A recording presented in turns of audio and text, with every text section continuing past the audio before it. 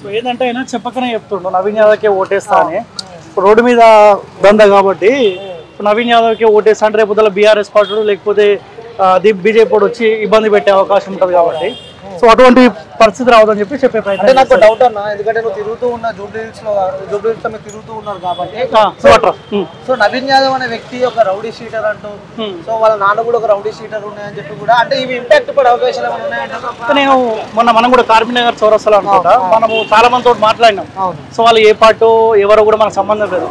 So genuine వాళ్ళకి అడిగినప్పుడు ఏమంటారు అంటే మరి భయపడి ఆ మాట చెప్తారా లేకపోతే నవీన్ యాదవ్ పైన కుటుంబం పైన మంచి ఒపీనియన్ ఉందో తెలియలే కానీ సో మంచోళ్ళు సేవా కార్యక్రమాలు చేస్తున్న మాట అయితే చెప్తారు. ఇప్పుడు మనమే కదా, వాళ్ళు ఎవరో కూడా తెలియదు.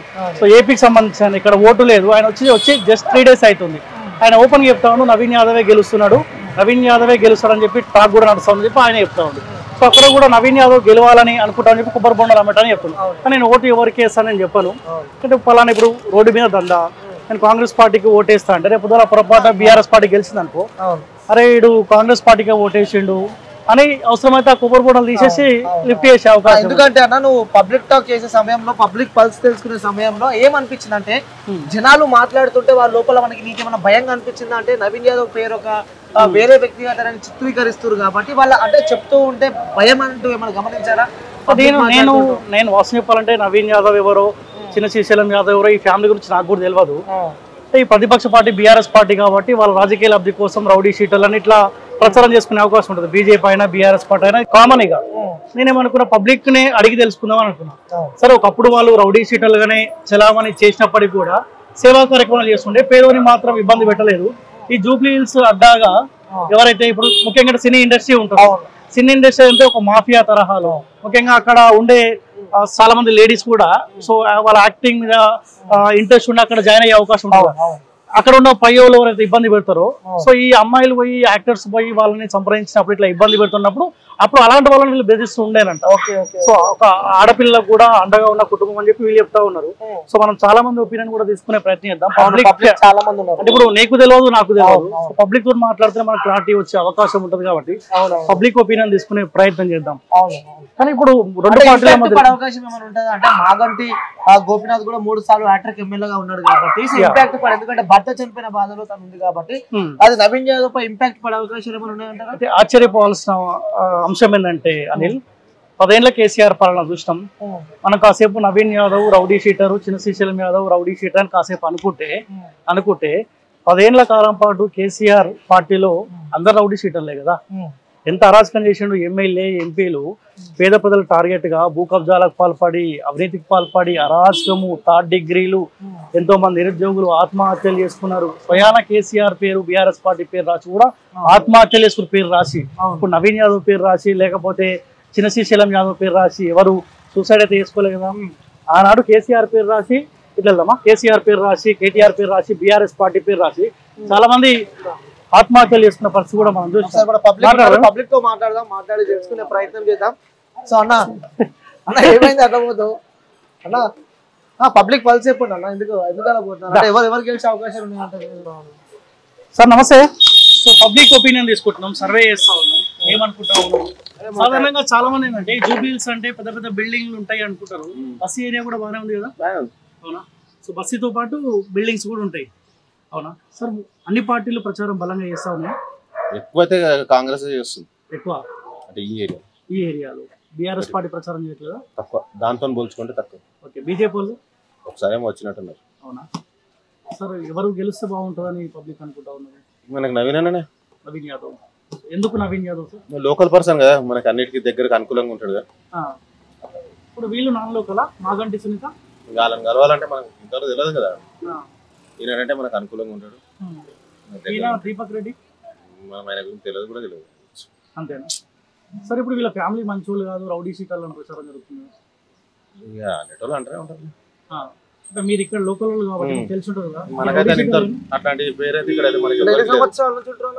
ఇక్కడ పుట్టింది ఇక్కడనే, ఇక్కడ ఎలా ఉంటుంది వాళ్ళ ఫ్యామిలీతో అనుబంధం? అసలు ఇక్కడ ఎవ్వరు టచ్ చేయగా ఇంత రుజువులు ఎన్ని సంవత్సరాలు. మరి ఎందుకలా ముద్ర పడ్డదంటే ఏం చెప్తారు? మీ వల్లనే, ప్రెస్ వల్లనే.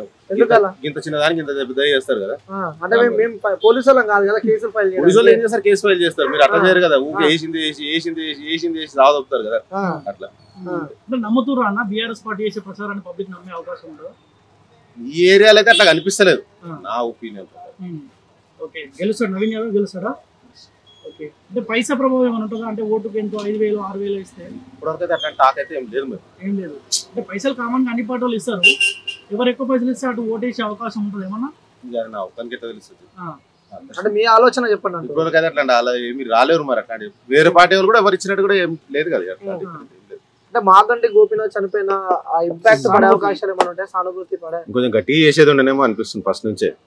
ఇప్పుడు ఆమె కాకుండా క్యాండిడేట్ వేరే వాళ్ళు అయితే బాగుంటుంది. ఒకవేళ సానుభూతి అనుకుంటే కూడా ఇప్పుడు కాకుండా చనిపోయి కూడా ఎన్ని రోజులు దగ్గర అప్పటికించి ఏమైనా చేసి ఉంటే కొద్దిగా ఇంకొంచెం గట్టిగా ఉండేది, టకాఫర్ నడిచేది.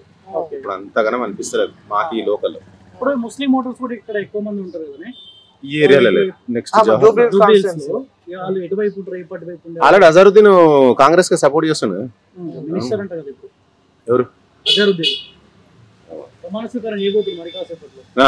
అవునవును, వీళ్ళ ఎంఐఎం వాళ్ళు కూడా కాంగ్రెస్ కే సపోర్ట్ చేస్తారు కదా.